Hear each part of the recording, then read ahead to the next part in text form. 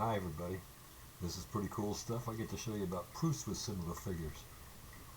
I have 5 proofs on this page that you're going to get a copy of, and I'm going to do 3 of them. I'm going to ask you to do the other 2, and that'll be how we'll work this assignment. If I can get this to focus, I'm going to work number 1, 3, and 5.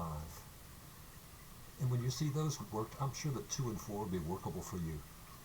I don't think I can work them on this page, but I've made a copy about them on the other page. And this is just like the first one. It tells me that quadrilateral ABCD is a trapezoid. That's all that's given. And look what I got to prove. Something crazy as this. Something like DZ times ZA is equal to BZ times ZC. But the truth is, these are going to be the cross products of a proportion. I got to get a couple of triangles to be similar that contain these sides. And you were seeing that these are talking about sides of the upper triangle and sides of this lower triangle. I don't even think these other pairs of triangles are similar, but these would be. And I'm going to set out to prove this for you right off the bat. Statement 2. Because this figure's a trapezoid, I know I got a couple of parallel sides. I'll make that note that AB is parallel to CD. Just because it's a trapezoid, you think it's got a pair of parallel sides. They'll say, yes, I do. That's by the definition of a trapezoid. Definition trapezoid. Every trapezoid has a single pair of parallel sides. So by definition trapezoid, I know that these would be parallel. And this tells me about angles. We're going to find some angles that ought to be congruent. Let me mark that these are parallel first. Just kind of clues my mind's eye, but things I need to think about. And wouldn't this angle D have to be congruent to somebody? And in fact it would. Alternate interior angles are congruent. It would match with this angle at B. I don't really think I can call it angle D or angle B, but I can definitely talk about those angles being congruent. I'll say, call this first angle, angle CDZ is congruent with, and that would have to be, if I went CDZ, how about ABZ, angle ABZ. What makes you so sure those angles are congruent anyway, huh, mister? Well, I'm thinking if these lines are parallel by virtue of it being a trapezoid, then we have parallel lines give me congruent alternate interior angles. And those are alternate interior angles. Actually, I've got another pair of alternate interior angles, but I'm going to make use of these vertical angles as well. Isn't this angle going to be congruent to that one? Let's make a note about that one also, please. Angle DZC is congruent with its partner, angle AZB. What makes you so sure that those are congruent? Well, vertical angles always are. Those are vertical angles. Vertical angles are necessarily congruent. That's what I meant to scribble right there. So now, I got 2, let me mark this one, congruent to that one. I got 2 angles in this upper triangle, congruent to 2 angles in that lower triangle. I think that's going to make those triangles be similar. I'll call that statement 5. I'm going to name them with care. If I name that upper triangle DCZ, triangle DCZ is congruent with, and you got to be kind of careful as you name this other one. Isn't it true that the angle at D matched the angle at B? So that would be BAZ. And what postulate did I use to get these triangles to be similar? Angle. 2 angles in this triangle matching 2 angles in that one forces them to be similar. And now that I've got these similar triangles, what can I do to get this pair of products equal to that pair of products? I think we're going to look at a proportion. I need to write a proportion that uses these lengths. And it begins with DZ. And DZ is a segment out of this one, isn't it? So I have to ask myself, who does DZ correspond with? And I'm going to depend on this congruence statement right here.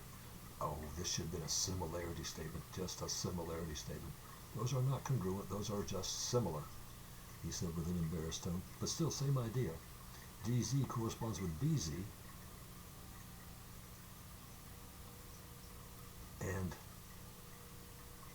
BZ's in my products. That will be important to me. And I need to get another length out of this upper triangle. And I guess that could be CZ. Does that show? It does, doesn't it? As CZ, DZ out of the upper triangle goes with BZ out of the lower. As CZ out of the upper triangle, who does CZ go with? Got to be AZ, doesn't it? Those are corresponding parts. So what makes me think those sides ought to be in that proportion just because these triangles are similar? I'm going to say by definition of similar triangles. If triangles are similar, their sides got to be in proportion. And these were similar. I'm embarrassed that I wrote congruence, but they're similar, aren't they? That's what's going on, a small one and a large one. And now let's do about those cross products to see if we got this right. The product of let's do the extremes first, given that opportunity. DZ times AZ is equal to BZ times CZ, huh? BZ times, and I'm going to call it CZ here, but that's the same as ZC there. So what makes you think that these products would have to be equal just because we got a proportion? And I say product means equals the product extremes. So, and if you drew such a figure very carefully and measured those lengths, it is true that DZ, this length, times that length AZ would equal BZ times this one. Here comes another one. Let's work through this guy too. This one is number 3 on that printed page. And it starts off with a pair of products that are equal. They got to end up talking about angles that are congruent. That's why I'm doing this one with you. I'm going to call this step at 1. It just happens to be from the third proof. And then look again. It talks about these sides AB, this one, and BD, this one. It also has CB, this length, and BE, this one. And these sides I see are all containing that pair of angles, which I see to be congruent. I should make a note about those angles being congruent. Angle ABE is congruent with its vertical angle partner, CBD. I know that those are congruent because vertical angles are always congruent.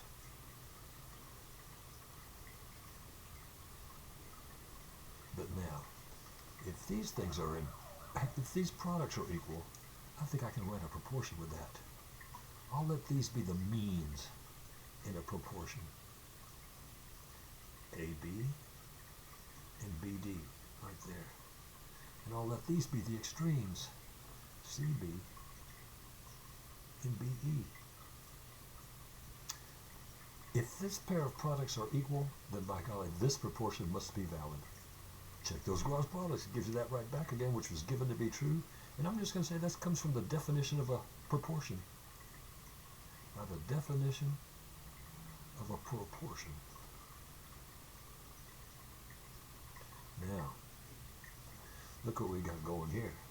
I know that this pair of angles are congruent, and it appears that the surrounding sides, the sides that surround those congruent angles, CB and AB and BD and BE, are in proportion.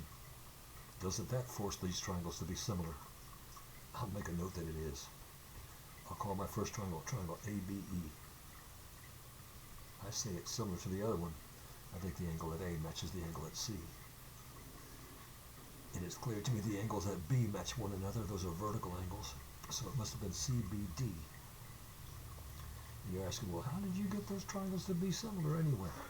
Remember, there were 3 ways. The primary way was angle, which we used in the last one. But this one is because we have a single pair of congruent angles and the surrounding sides are in proportion. That one's side, angle, side. So now I have similar triangles. Would these angles have to be congruent? Would the angle at E have to be congruent to the angle at D? Yeah, I think so. Angle E is congruent with angle D. What should I write over here? Is it CPCTC, corresponding parts of congruent triangles are congruent? I'm going to think corresponding angles of similar triangles are congruent. And I'm going to go ahead and write that out. Corresponding angles of similar triangles, I can make that kind of note that way, are congruent.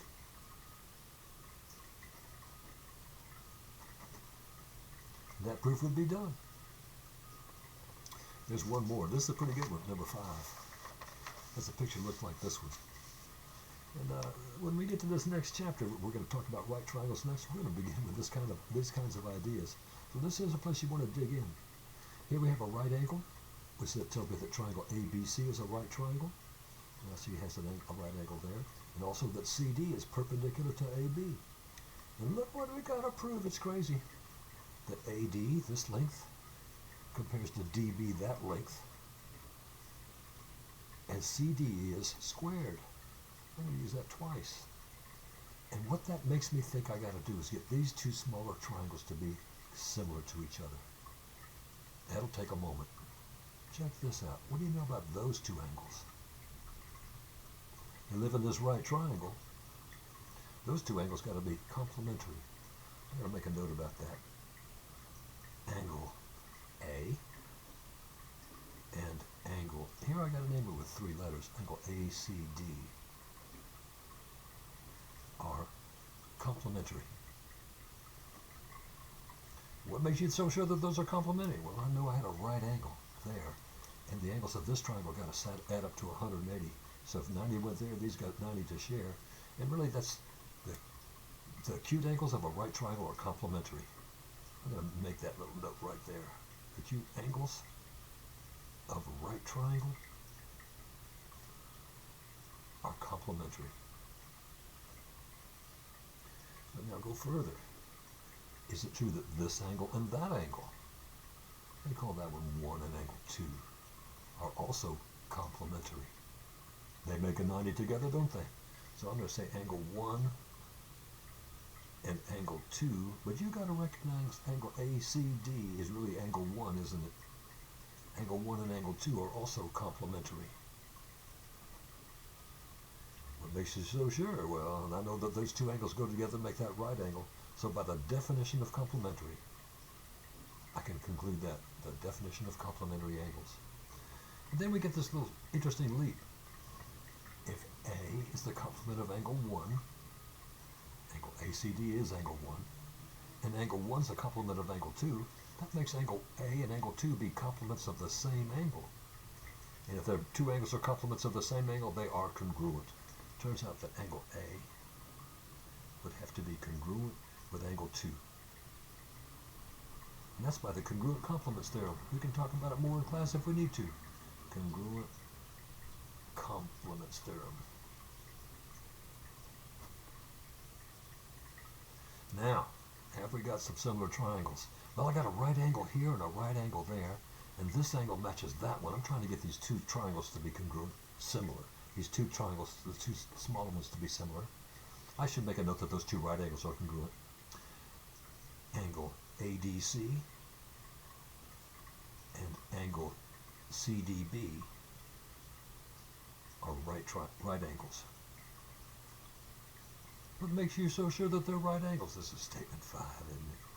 What makes you so sure that they're right angles? Well, it does tell me that CD is perpendicular to AB, so it's got to form right angles. That's the definition of perpendicular. Lines are perpendicular if and only if they form right angles. So these must have been right angles. And if they're right angles, aren't they going to be congruent? So I say that angle ADC is congruent with angle CDB on statement 6, and because if they're both right angles, then they got to be congruent to each other, because all right angles are necessarily congruent. Now, is that enough to get these two triangles to be similar? I got angle A congruent to angle 2, and I got these right angles to be congruent, so I'd say yes, we do. In statement 7, I got similar triangles right here. I'll name them with a little care. Triangle ADC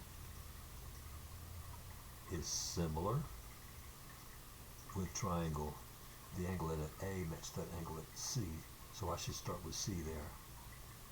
And the D was the right angle, so I should go to the right angle next. So it must be CDB. Excuse me. how'd you get those triangles to be similar anyway? Well, these two angles in this one match two angles in that one, so by angle, I got similar triangles. And now I got to write a proportion. Using these similar triangles that would have these cross products. That works out just fine. Let's just come up with a proportion. And I'm looking sorting through here. I'm going to find something that shows up in this triangle. And AD does, doesn't it? So I'm going to say AD. Now who does AD correspond with? That's got to be CD, doesn't it? Coming back to this triangle, the first triangle, is there another length that shows here? And CD is in that triangle, isn't it? CD shows here and CD shows there, so I'm going to say CD again. But who does CD correspond with? And it's got to be BD, doesn't it? Just naming them carefully is very helpful here.